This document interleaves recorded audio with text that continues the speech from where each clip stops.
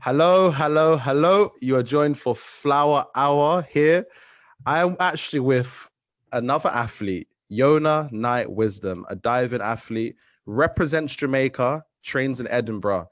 And this is a really special episode, I suppose, in some aspects, because again, we're going against a stereotype that Black people can't swim. We're not good at anything that's water sport related. And Yona and I were having a conversation off camera before we started recording, and we wanted to save some of the juicy conversation that's going to happen. So, Yona, how are you doing so far? And how are you dealing with this madness that is COVID? Well, first of all, thank you very much for having me on. Looking forward to having a good chat about life and being a Black person in an aquatic sport, which is few and far between. There's not many of us. I'm doing well. I can't complain too much. It's been a mad year. There's been a lot going on with the pandemic, with the protests, with everything. But I'm grateful at the moment that I can be back at training and have a bit of consistency and a bit of, just something to look forward to every day rather than waking up and kind of not knowing what my day was going to look like apart from sitting in front of the TV. It's nice to get back to the daily grind and fortunately I've been healthy this entire time. And everyone around me has been healthy, so I can't really complain too much. So I suppose, has COVID not affected like your usual training regime or your work life? Because I know I have a few professional footballer friends that are footballers, and they train usually at their gym base, wherever their team is. So has it not affected you in any way, shape or form? Well, first lockdown, yeah, of course, I was locked in at home, just trying to do as much as I can from home, trying to stay as fit and mentally stable essentially as possible, but also trying to stay ready for whenever the gyms reopened. And then it was a bit kind of touch and go. Like, I was back in the gym for a few weeks. We went up to the pool in Aberdeen because we were allowed up there for 3 weeks, and then I had 2 weeks off, and then I was in the gym only for another 4 weeks, and I came down to Leeds to train in the water for another 2 weeks, and then I had another couple of weeks out the water. So it was kind of up and down, in and out the pool, no consistency. But then Edinburgh Leisure reopened their facilities at the end of September, and we've been back in since. And obviously up here in Scotland, they're doing the lockdown situation differently to how England are doing it. So we haven't been restricted by that yet. I don't know what might change. Unfortunately, it's not affected the rest of the program either. So I can continue coaching, and all the little kids can continue training as well, which, is, for me, is really important for them to be able to have their leisure activities and, being able to stay fit and stay healthy rather than just sitting at home, playing their games and watching TV for months on end. I don't think that's a good thing at all. So yeah, it's good that everything is back underway. And that, as I say, I'm so grateful that I can just train, because that's all I really want to do right now. Are you going to get the new PS5? Really random question. No, I'm not much of a gamer, I wouldn't play it enough to warrant the price of it. I imagine. I don't even know what the price is, but I imagine it's a lot. Every year it's gone up. Like, prices just continually keep to raising, and wages don't raise. So that's a whole nother question. Exactly. It's wild. I actually got a Nintendo Switch probably about 2 months ago. Yeah. So that is enough for me. It was on the lower price range, but you can get Mario Kart, you can get FIFA on it. I got FIFA 21 on it, which the quality isn't as good as the PS5 or PS4 or whatever. But for me, for what I need, just a bit of entertainment here and there, that'll do the job. No, most definitely, because I suppose the life you live as a professional athlete isn't the easiest. I've played semi-professional football, but that wasn't a lot. You train maybe 3 to 4 days a week and so much more, right? And I suppose in some aspects I'm envious, because I wished that I took on the talent that I had in football and athletics and I took it somewhere. But you and I are from Caribbean backgrounds, and my mum always said to me, focus on your education. She couldn't see me doing anything else but education. And I went on to do a master's. I've done 4 degrees, essentially. I'm doing a journalism degree. I'm going to hopefully do my PhD. But you're an athlete and you're also a graduate. You told me you graduated in sports science. How have you been able to manage being a professional athlete and also being able to get a degree? And I suppose I'm asking that because if there's ever a Caribbean mother or an ethnic mother of some sorts that comes on and watches this, they're like, hold up, my child can actually do sport and study as well. So yeah.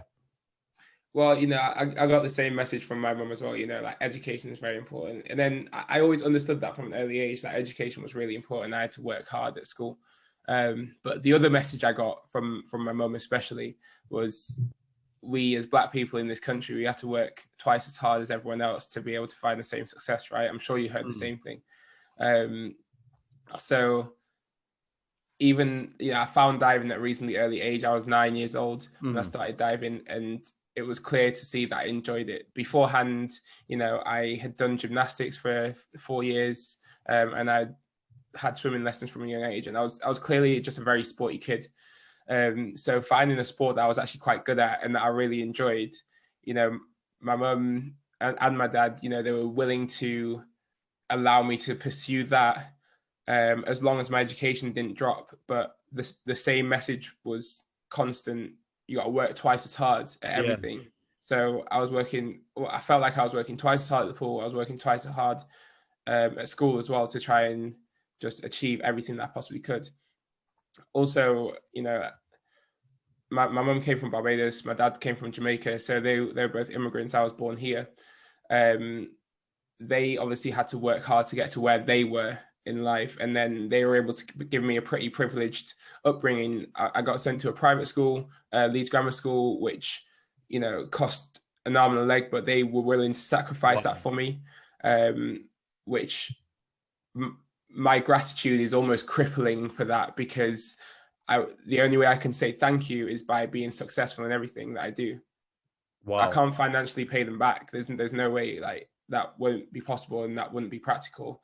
The only way I can say thank you properly is by showing success academically and showing success in my sport, because they forked out some cash for me, which I could imagine I'm unbelievably grateful for. So I was very fortunate that I had all those tools, but also that gratitude to be willing to put in the hard work as well. So I found a way to stay very disciplined within myself, make the sacrifices when I needed to make the sacrifices, but also not sacrifice everything, because you do need the other side of it, the social life, the friends, everything else. Yeah. And I think I was just lucky to find the right balance. Everyone has different ways of doing it. I think I was just lucky to find the balance that worked for me, and I rode with it, and it continues to work out. So hopefully it will keep on going.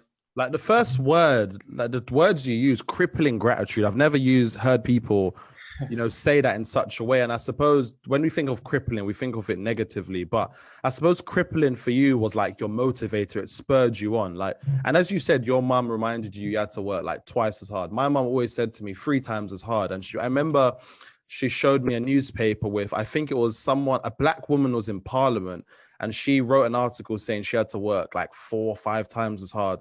And, you never really understand it until you get older. But then, as you said, you went to a private school, you've been an athlete and you've studied as well. What was it like going to a private school? And did it change your perception, I suppose, on who you were as an individual, but also the culture you've come from? Because I know private school is a very different culture. And I begged my mum when I was younger to put me into a private school, because I genuinely felt like it would hone my potential. But unfortunately, my mum wasn't able to afford it. She was a single mother. What was it like? Yeah, what was that dichotomy like between the Caribbean culture and then the culture of a private school? Yeah, it was a different world, it was a completely different world. I don't know if you know Leeds, or if anyone knows Leeds, but I grew up in an area called Chapeltown, which is basically the Caribbean community of Leeds. It's where the West Indian Carnival is. That carnival's been going for over 50 years. Yeah. That's literally right on my doorstep. That happens just down the road. So I'm right within the Caribbean culture. But it was funny. I felt like I was actually very removed from the culture. Okay. Growing up, I didn't feel like I had that many Black friends. I didn't know many Black people, apart from my core group around my family and like really close family friends. Just because from the age of, what was I, like 7 or 8, I was being taken out to the suburbs every day to go to school, in Woodley, which, you know, it was a very white dominated school. In my year group, I was one of only 3 Black people. Wow. And funnily enough, the other 2 I was actually related to through marriage, which was insane. And it was, as I say, a completely different world. Like going to some of my friends' houses, it was a joke, like the size of their houses, the things that they had, the luxury. You know, when we had own clothes days at school, they would all come in their like designer clothes and things like that. And I simply wouldn't be able to afford things like that. So I was just trying to look cool without spending money as well. And I always felt like I was a level below them. So even though I was on the same level because I was there, and probably academically on the same level as well, because, you know, I think I was a pretty clever kid. Yeah. I still felt like I was a level below, and I was always playing catch up, and I was always a little bit disadvantaged compared to those because of those certain situations. But I think that just strengthened the whole gratitude, discipline thing, work harder, and try and achieve whatever, or take advantage of the opportunities that I had. And with the opportunities, you know, whenever I think of going to the school I went to, so I went to a state school, public school, the opportunities you have sometimes are far and few between. And some would argue that only the kids with so much intelligence are really focused on and pushed. And I was the kid that I kind of refer to myself as a floaty poo. I was good enough at some stuff, excellent at some, but not amazing at others, right?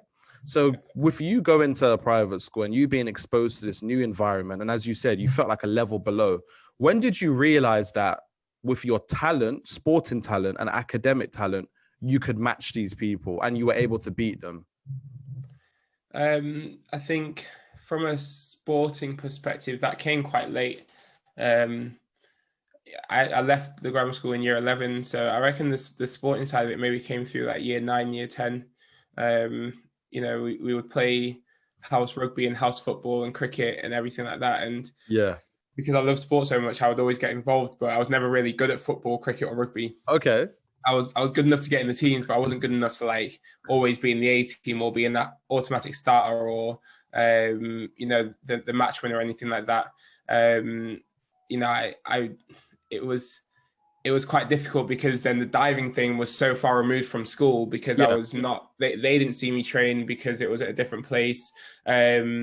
They didn't see how good I was at diving until I started doing more competitions and started traveling internationally and started winning some medals when I go to international competitions. That was when it really set in from a sporting point of view. Yeah. I guess academically, it was always there. Like we had like yearly exams, and I was always like, you know, not necessarily at the top, but not at the bottom, like just somewhere in the middle, maybe high middle. You know, I was always pretty willing to participate in lessons, you know, give my points of view. I always had nerves in English, for example, when we had to stand up and talk. And I might not have been very creative in design technology, for example. You know, there was definitely a few times where I had to use some of my friends' design ideas to create my products because I couldn't think of them myself. Yeah. So, you know, as I say, I always felt on a similar level from a sporting and academic point of view, but I think it was just a social, I guess, social hierarchy point of view, quote unquote, where I felt disadvantaged. But then on the flip side, you know, I was, all my friends at diving, a lot of them went to state schools. I had one very, very close friend in Leeds who I'm still good friends with now. Like we've been friends our whole lives, and he went to a state school. So we had completely different educational experiences. But because I was so close to all of them, I kind of got to hear the differences and hear some of the advantages that I got at the grammar school, where, you know, as you say, at state schools, they might only focus on the smart people, but at the grammar school, they definitely found a way to try and bring everyone up as long as you gave something. Okay, so I suppose they valued your place in some aspects, perhaps more than some would this being a state school. So you also said that you did gymnastics and you were diving.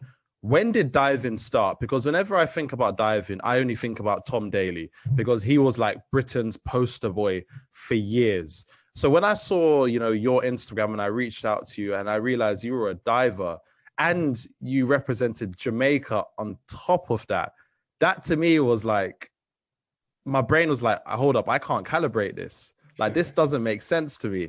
So take me through that journey when you started diving and then what it was like to represent Jamaica, I suppose. Well, my closest friend that I spoke about, I actually went along to one of his gymnastics sessions just randomly in like the summer when we were just chilling together, and turned out I was pretty good at gymnastics. So I got recommended to join City Lee's gymnastics club. Did that, stayed with them for a few years, did a few competitions. I was okay. I was just very young. And then it was 1 year after I moved to the grammar school. So I moved there in year 3. And then in year 4, City Lee's diving club were doing a talent identification program. So they were going around schools all around the city, trying to pick up as many kids as possible to join their program. So they would have tested, maybe over 1,000, maybe 2,000 kids across the city. And fortunately, they came to my school, and it was the only year that they came to the grammar school to do TID testing. And I got selected. My coach that took me to the Olympics in 2016, he was the coach that was there that day when they came to my school. Oh, wow. And he said he remembered seeing me and saying that boy's got a bit of talent, but that was the gymnastics foundation kind of coming through. Okay. Which was really helpful. And then, that was when I was like 9 years old. So I went to the pool. I was doing both gymnastics and diving for a little while, and diving just stuck. So I dropped gymnastics and then just stuck at diving because I enjoyed it. It was a lot of fun, making new friends, and actually finding a bit of success quite early in some like novice competitions. The Jamaica thing came around in 2010. It was first suggested because I'm not only kind of an outcast, well, not an outcast, but different because I'm a black diver, but I'm a very tall diver as well. I'm just under 6'3". Most divers are around like 5'9" in my event.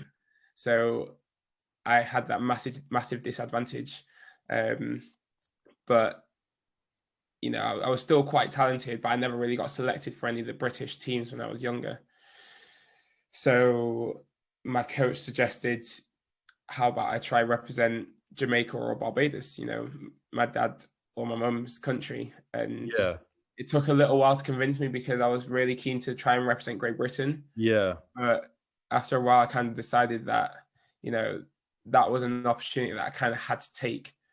And I took it, got my passport, got signed up with the Amateur Swimming Association of Jamaica in 2012 and had my first competition in 2012 with the whole goal of making it to the Olympics in 2016, and somehow managed to make it a reality. Wow. There's so many questions I got to ask you in that. The first one I'm going to have to ask you is, how do you spot a talent for diving? Because I can't dive. And I remember when I used to go to school, they used to have like the little diving board. I used to do stupidness on it. And I was tall enough to put my feet at the bottom of the pool and still have my head over. So it looks like probably I was talented in my own head. But how do you spot somebody who's talented in diving? Because I can't understand that. It's hard to do because you don't know how they're going to obviously grow up, but you're trying to spot them from a young age and spot just ability, like literally natural raw ability.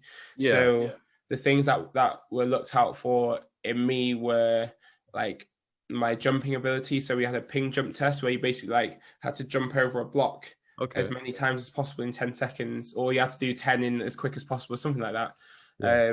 So you're looking at the leg power and just the reactive jumping ability. I think they had a chin-up bar that was like portable and they could build it. So they put it in our sports hall and built it. So we had to just do as many chin-ups as we could do. There was one for like just a little, like I think they just put a few mats out. So we do like some forward rolls and some backward rolls and just see if we had any natural ability to do that. Fortunately, I had a gymnastics foundation, so that was all good for me.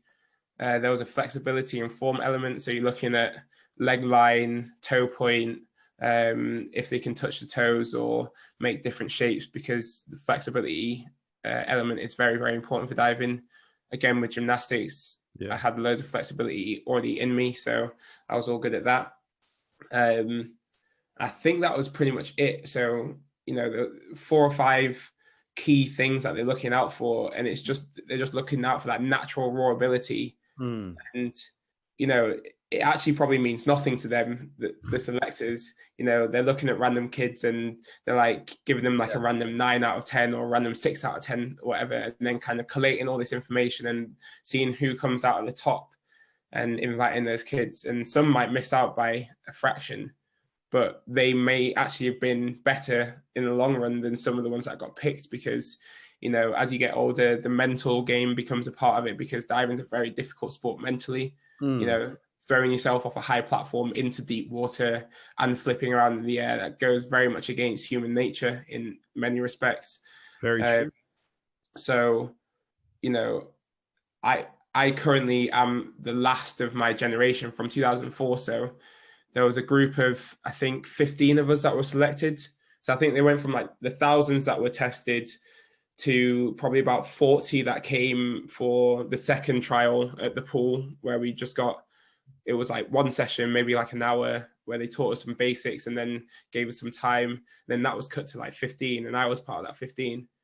And so what now, 16 years later, I'm the last one of that 15 that is still in competitive diving. So what happened to the rest of them? All the others, they'd like drop out along the way, maybe have more interest in a different sport, or, choose a different path in life or whatever, just fall out of diving, stop enjoying it, maybe have mental blocks, get too scared to do it, things like that. But then there were also some really successful ones as well. So there was another 2 from my generation that also made the Olympics. 2 of them went in 2012. Another one plus myself went in 2016. But, they then went on to retire after really great careers. One of my friends that I still talk to now, he is doing, well, not at the moment, but he was doing diving shows on cruise ships, going around the Caribbean. So he was still involved in diving, just not competitive diving.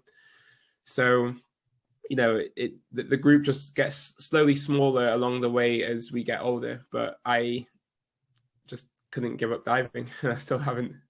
And so, you said that Great Britain, you weren't really being picked, although you had the talent. And you also said that you're tall, like you're my height, because I looked on the internet, you're 188 centimeters. Well, actually, I'm supposed to be 189. So I call myself 6'3". I round it up just in case, do you know what I mean? See, I round down to 6'2" because it makes myself feel better as a diver. Okay. Because I'm looking at your frame and you look long. Like if there's shoulders that I could aspire to have, I'd want shoulders like swimmers, anyone who's in aquatic sports. Like I want to be able to struggle when I walk through a door. Like I want to be able to whack it.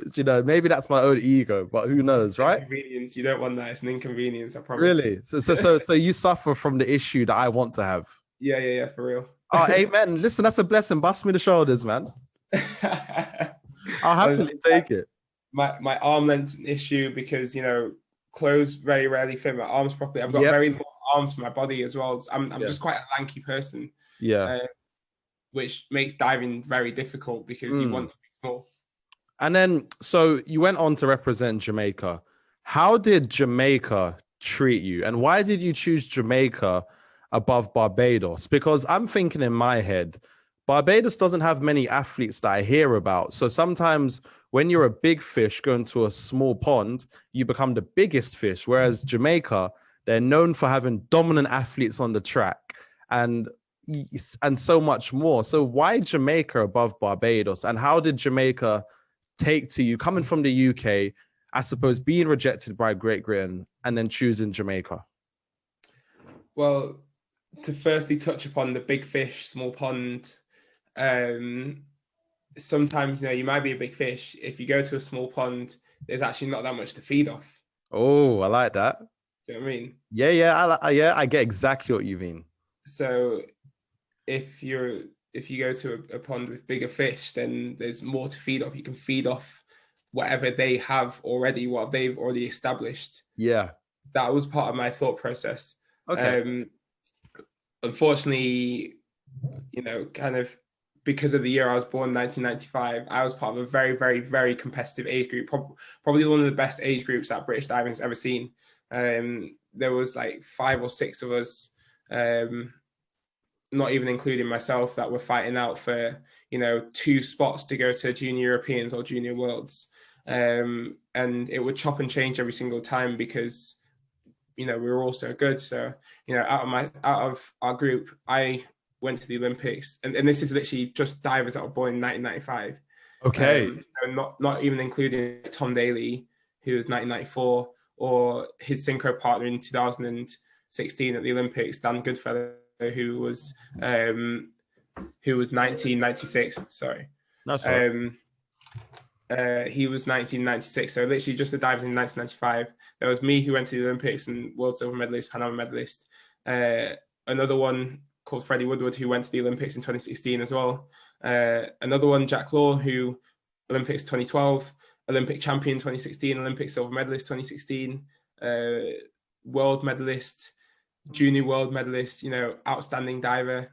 Jack Haslam, who went to Commonwealth Games. So my age group was ridiculous, absolutely ridiculous. So to try and fight through that when they were younger and much, much better than me at that time was very difficult, because I was good, but I wasn't that good at that time. They were really good at that young age. So it was, I wouldn't say it was a rejection. I would say it was me choosing a different path, and almost a path to try and prove them wrong. Okay. So, I think Jamaica were very excited to have someone represent them in a sport that was unusual for them. Someone do something different. I think a lot of Jamaicans do see the island as bigger than just track and field. Exactly.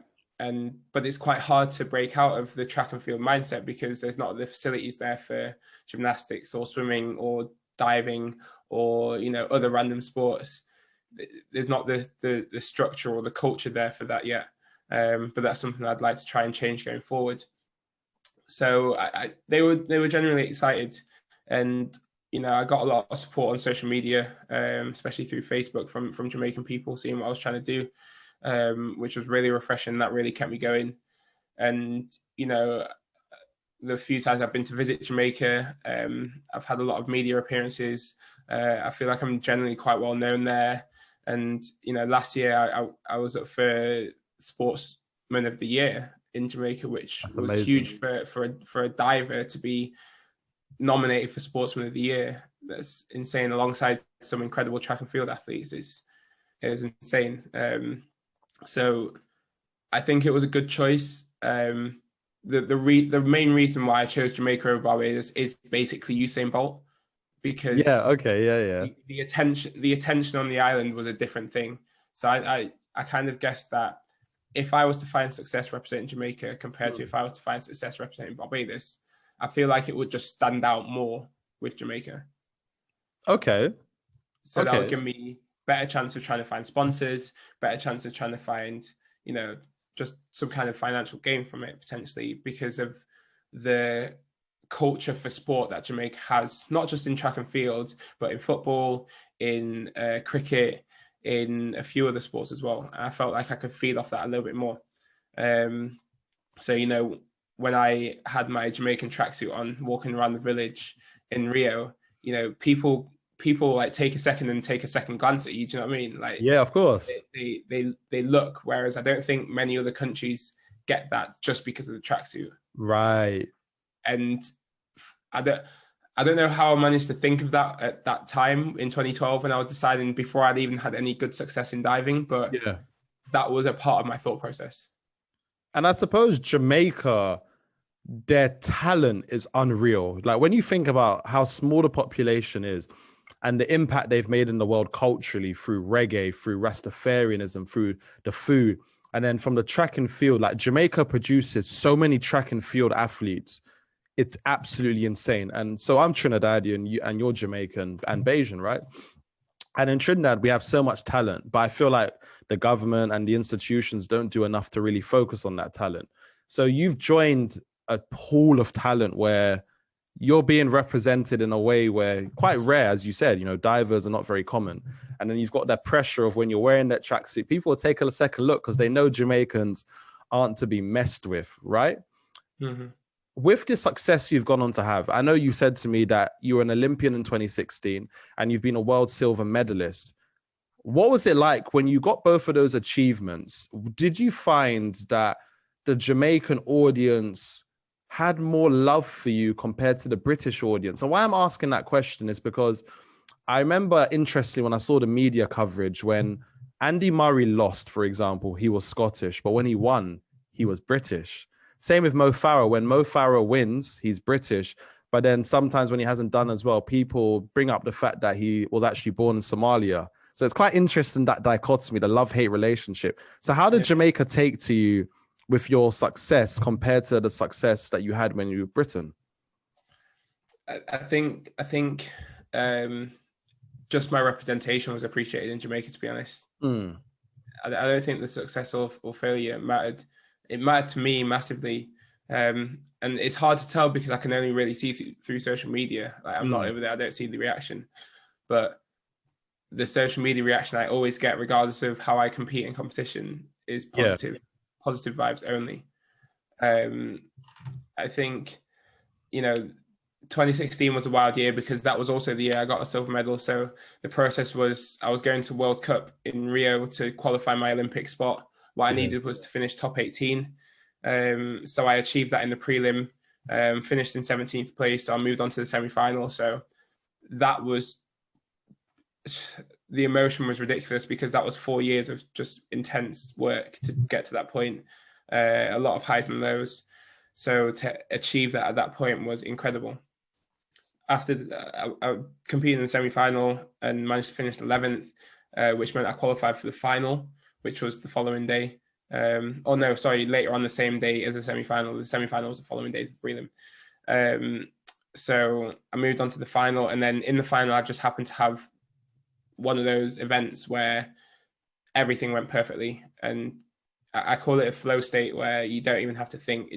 Everything was just perfect, and that's what an athlete trains for. It doesn't happen often. Some people don't even experience it, but it just happened on that day. And my score that I achieved in that final actually normally would probably get top 8, somewhere around there. But just because there was a few people not competing because they didn't need to because they had already qualified their spots. It was also an outdoor competition, so there were a few mistakes and a few people that had slip-ups earlier on. So I was just in the right place at the right time and managed to finish second in still quite a good quality field. So that, on top of qualifying the day before, was just outrageous. So the coverage in Jamaica was pretty big of that, I think.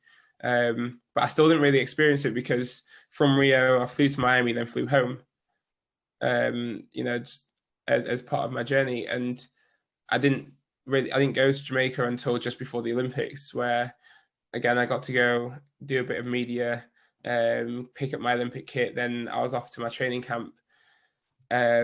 So it was really hard to kind of gauge what it was like. But, what I was able to figure out was that, when I got to the Olympics, some of the biggest athletes there knew me. Like Ioc Powell's, Usain Bolt knew who I was, Shelly Ann knew who I was, Omar McLeod knew who I was. They all knew who I was. The staff appreciated me and respected me for what I had done, and they, were willing to do whatever I needed there.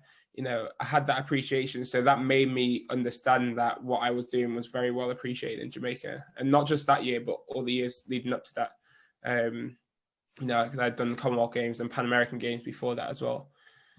So, yeah, that was it was a ridiculous year, and it definitely made me feel a real strong part of the country. So I suppose, did you walk away feeling more Jamaican than you had ever felt before? 100%. And, you've had these big people recognize you, like Asafa Powell.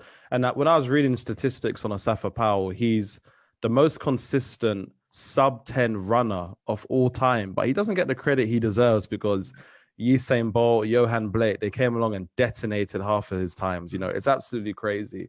So when you met these individuals and they recognized you, and you've probably been looking up to these people in your own small ways, what was that like? Like, I can't imagine that feeling. It was wild. You know, the story of when I saw Bolt at the Olympics, I only seen him one time there as well, because he spent a lot of his time just kind of like away from everything, because Yeah. you know, he gets mobbed whenever he goes down to the dining hall or whatever, just because he's Usain Bolt. I literally like, because obviously we stay in the same block, I literally just walked down to his room, walked in his room, this on the day of the closing ceremony, and just walked into his room. I had a couple of vests that I wanted signed, walked in, you know, had a quick conversation. He said that he, you know, saw some of the dives that I did, and, you know, just gave me props for all of that, and told me to keep on going and everything. Took a couple of pictures, signed the vest. Asafa signed the vest as well. I've actually got it up right here. Hey, come on. That's what we love to see. We love to see. I'm going to have to get you to come and sign some of my clothes, man. I'll leave that in shot there. So yeah, I got that was really hard to just even comprehend, because, you know, as I mentioned, when I sat watching Bolt in 2008, I couldn't even imagine being in the same room as him, let alone him congratulating me for what I had achieved. And just having normal conversation with a Zappa, someone that I've seen running on TV for years and years and years. And that's what the Olympics is about as well. You know, you kind of walk around the village and you see these athletes that inspire you. You know, literally, as I arrived in Rio, got my bags from the airport and got onto the bus, and sat in front of me, like a couple rows down the bus, was Alison Felix. Wow. You know, this absolute goddess of the track, and she just sat right there on the bus. And she looks like a goddess too. We thank God. No doubt. And I'm just sat there like, I can't believe it. And this was like within hours of arriving in Rio. You know, Wow. that's what the Olympics is all about. And, you know, it made everything worth it. And then you've had that, you know, you're adding on with Jamaica's, you know, they've seen you, they're recognizing your talent.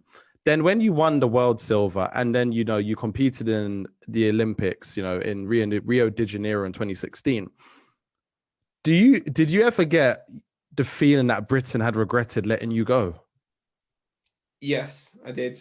And that was very satisfying. Did they ever try to, you know, prompt you, that try to get you to come back to represent Britain?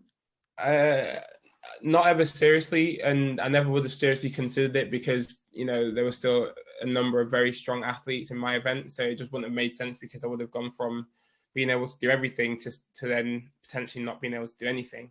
And then you know, the only thing that might have tempted me was the funding that the British athletes get from UK Sport, which I most certainly do not get.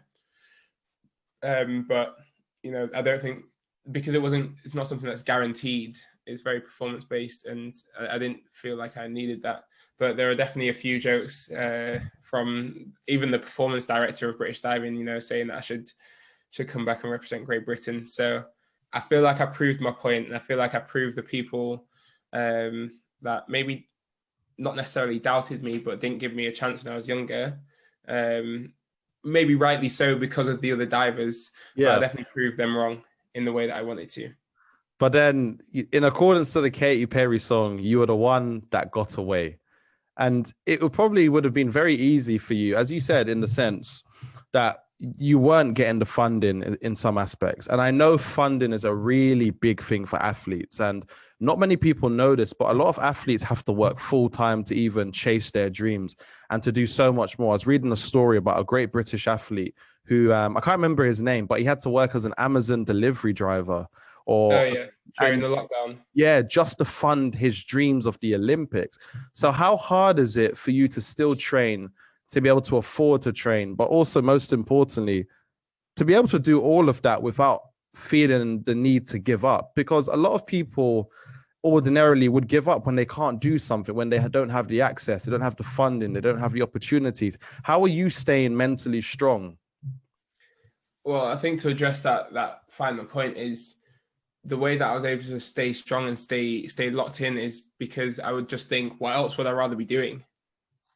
Like like what else would I rather be doing? I spend my day, you know, chilling at home, going to training, eating well, staying fit, staying healthy, and then 4 or 5 times out of the year I get to travel around the world, make some extremely good international friends, you know, some people that I've known for years now, and I try and catch up with them as much as I possibly can.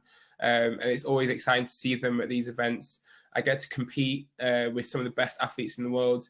And then, you know, off the back of some of my success, I've been able to attend some award ceremonies alongside some cool people. I've been able to meet some cool people, and it's just fun. I just find it fun.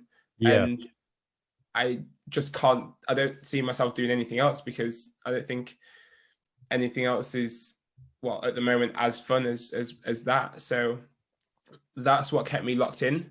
It was just a case of trying to find a way around the challenges of being a full-time athlete without the UK sport funding. In 2012, fortunately, I was lucky enough to get a response from Levi Roots when I reached out to him, asking for sponsorship. And me and my coach and my mum went down to London to have a meeting with him. Told him, you know, we put forward my plan for the 4-year cycle from 2012 to 2016, the potential costs, and he agreed to fund my competition expenses, so travel and accommodation, which without that, there's no way that I would have made it to where I am, because all that experience was so valuable, you know, the good ones and the bad ones. You know, I got to go to, you know, numerous world championships and world cups before the Olympics came around, so I was ready for that qualification competition.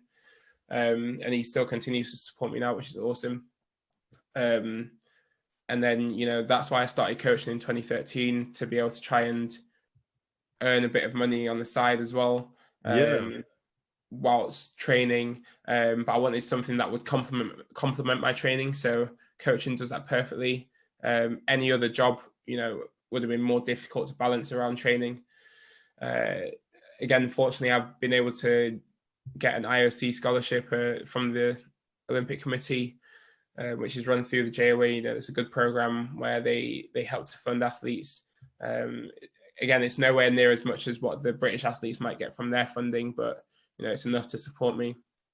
And then I've got another sponsor in Budgie Smuggler at the moment, who not only give me my training gear and competition gear in the pool, but they also give me a little bit of money as well. So it all kind of adds together, and I try and do little bits where I can to just make a little bit of extra money. And you know, I went through some difficult years, kind of coming off the back of university.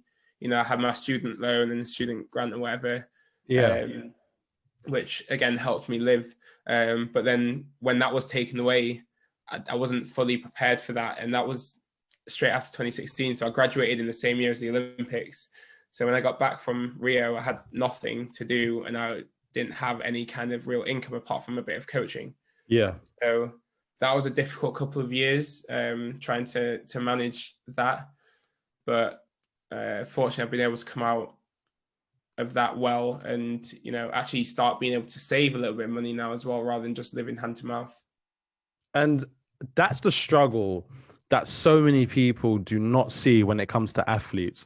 People have this idea that being an athlete is all fun and glory, but I know from doing sports, it is not easy. As you said, you had to go down to meet Levi Roots, you know, to get some sort of sponsorship and funding. Have you ever thought about reaching out to other big sporting Jamaican stars, such as perhaps like Raheem Sterling or other individuals? Because I'm sure they probably might support you. You know, that's something I've not really considered. I think my pride is almost too strong, because I kind of want to grind it out myself. I don't want a big handout like that. And you know, my cousin is a footballer. My cousin's Andre Wisdom, who plays for Derby. Yeah. So you know, if it became necessary that I really needed some last minute support, I've got someone right there that is reasonably wealthy and that could very easily support me. But you know, that's his money that he's earned. Of course. What makes me kind of able to go and ask for that for nothing really in return? It's similar to what I did with Levi, you know, but he didn't request anything in return. You know, we suggested potential commercial things or promotions I could help with using my social media, but he never really requested that. And the reason why was he was just so willing to help someone that he believed in. Absolutely. And that is amazing. I suppose in my head, why I suggest it, it's because a lot of the athletes we have out there could do so much. And, I think when speaking about, for example, Marcus Rashford, and what he's done for families that are unable to eat and are in poverty is fantastic. And imagine as a collective, all the people from the Caribbean islands came together to support athletes. I genuinely believe would be an unstoppable force. And that's something I strongly agree with. And I didn't even know that your cousin was Andre Wisdom, because he was previously at Liverpool as well, right? So being a footballer in itself is hard. So you're coming from an athletic stock, I suppose, in some aspects, right? Yeah, a little bit. And we were speaking about it's not always easy being an athlete. Take me through the moments when you thought, perhaps this isn't for me. Were there moments where you had quit, but you were persuaded to come back? Were there moments where you were going to quit and you stopped yourself? I've never quit, so I've never had to be persuaded to come back. There was only one moment where I considered whether diving was the sport for me, and that was probably when I was about... I think it was actually in the same meeting when my coach suggested I'd try and represent Jamaica. So I think it was about 2010. Yeah. And I hadn't made it onto one of the England talent junior programs, something like that. I didn't get selected for one of the programs. And he told me that in the meeting, and I was like, just in my head, I was like, is it really worth it? I don't want to just train. I actually want to be good at this. And if I'm not getting selected, then how am I going to get selected in the future? But then I was quickly like, what else would I be doing? Like, this is still quite fun. And I've got all these friends and everything like that. And then he suggested trying to represent Jamaica. That's the closest I think I've ever come. I've never had thoughts of quitting. I want to prolong my career as long as possible. And I don't think it's in my nature to give up on something like this. Is that the Jamaican pride, the Caribbean pride coming out? Because one of my best friends, he's Jamaican, and the man, they don't quit for nothing.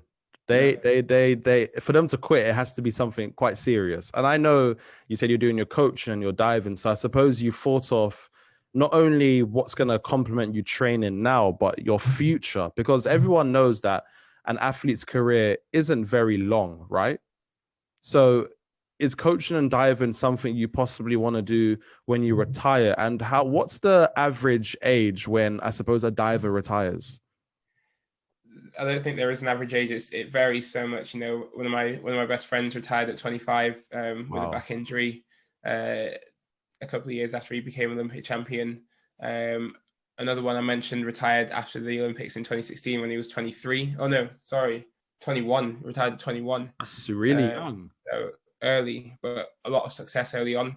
There's a Japanese diver that's still going. He's 40. He'll be 41 years old next year. Wow. The only reason he stuck around is because the Olympics is in his hometown. So okay, good man. He's 40 odd and he's still going. There's many 30-year-olds that are good. So it varies so much, just like it does in football as well. It depends on your body and your mind. So yeah, I don't know when that time will come around for me. My goal is to do at least the next Olympic cycle up to 2024 and then kind of reassess from that point. But in terms of what I do next, I really have no idea. I'm trying to do as much as possible right now to try and not necessarily prep, but just try different things. Absolutely. So I'm actually on my podcast right now. I'm doing a series talking to other athletes about their thoughts of the transition from athlete to non-athlete lifestyle. So I'm trying to talk to athletes who have already retired and already made that transition and kind of tap into what their thought process was. And also talk to athletes that are still going and considering what they might do. So I'm trying to get as many different perspectives as possible. But in terms of me, I tried a bit of YouTube. I enjoy social media. I find it quite fun, but I wouldn't say I'm addicted to it. Because I feel like I use it for like reasonable terms. I'm not just mindlessly scrolling. Yeah. I have my podcast, so I'm practicing talking but also not just talking about my story and just blabbing on, but being able to lead conversation, which is something that could potentially be used in the future. I mentioned I'm an ambassador for the Dame Kelly Holmes Trust, so I'm getting athlete mentor training. So that could be something that comes in later life, mentoring, training other people, maybe younger athletes, or even away from sport. Could be business people who want to tap into athlete mindset. Coaching is obviously potentially there. I do enjoy doing it, and I have a lot of experience to pass on for sure. But I want to try and build something in the Caribbean from a diving point of view, because there's nothing there at the moment. In Trinidad, they've just built a few new sports facilities in Cuba. So they got the velodrome, they got the aquatic center, which has a full purpose diving pool with a gym as well, which is currently pretty much unused. So I've got a couple. I was actually invited over there to open that center in 2016. So I'm still in contact with the people that got me over there, and I want to try and see if I can work with them to create some kind of diving club, diving academy over there, and try and grow some kind of Caribbean diving factory almost. And if that, because that's already set there, ready to go, the facilities, that's obviously the first place to start, and then see if we can transition that across to Jamaica, because they have a pool, but it's not for good use yet. There's a lot of renovation that needs to be done on it. But if there's success there, maybe I can convince someone to invest in Jamaica and create a good diving pool, create a good swimming pool, and then build a club, an aquatics club there, or just help to do that. So that's in my thought. I don't want to just retire from diving and leave Jamaica behind. I want to leave a legacy. And then, I just try and think of various different ideas of what I could potentially do, like, setting up some kind of foundation that might help athletes with their transition. I have no idea how I'd go about it, and I've kind of only just recently started thinking about that, but because I feel so passionate about that and potentially helping other athletes, that would also help myself with my own transition. So as I say, I have no idea how I go about that, but it's definitely in my thought process at the moment. Evidently, speaking to you, I've learned so much more. You're not just an athlete, you're someone who's thought of the future, and you thought of giving back to Jamaica. And it's crazy, because I was reading statistics about Jamaica. For example, Jamaica has like the second biggest brain drain in the world, where so much talent leaves Jamaica in pursuit of the Western world because the government doesn't do enough to incentivize Jamaicans to stay in the country. So with you creating a diving factory, if you're going to go on to do that, that's going to be fantastic. We're going to be able to keep talent in the Caribbean. And I didn't even know that about Trinidad. So there's so much you and I could speak about. If you're getting, flown out there, put me on a little flight, I can cover it, all sorts, that's me asking for the little handout there. But I'm really thankful that we've had this conversation, and it's such a short amount of time, but I want to be able to do a part 2 with you sometime as well, because you're going to go on to do things that not many people our age are going to be able to do. And the fact you thought about giving back, to me, speaks a lot about who you are morally and ethically. And my last question has to be, what advice would you give to those people out there who perhaps want to be athletes or who are interested in diving and have never gone ahead to do it? What would be your key takeaways for them to take? Well, first of all, those morals and ethics I get from my parents, Big up your mums and dad. Such a great upbringing, and they just taught me so well, but also gave me the freedom to explore my own path and kept me within good guidelines. The advice I'd give is just dream big, because I know it's the cliche, it's such a cliche thing to say, and I hate saying it, but you can literally achieve whatever you want to achieve. Yes, you've got to have a bit of talent for whatever it is, but if you try different things, find what you're talented in, and then pick one and work hard at it. And then you can also pick something else along the side of it and work hard at that as well. And maybe even something else as well and work hard at that, because you can do all of them at the same time with a bit of discipline. then you'll find some kind of success. So try many things. Once you decide on it, you know, hard work is the key, commitment, not letting people tell you what you can and can't do.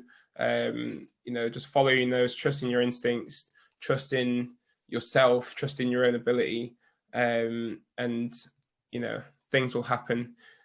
I'm kind of living by the quote at the moment: "You reap what you sow," which means you'll kind of get out what you put in.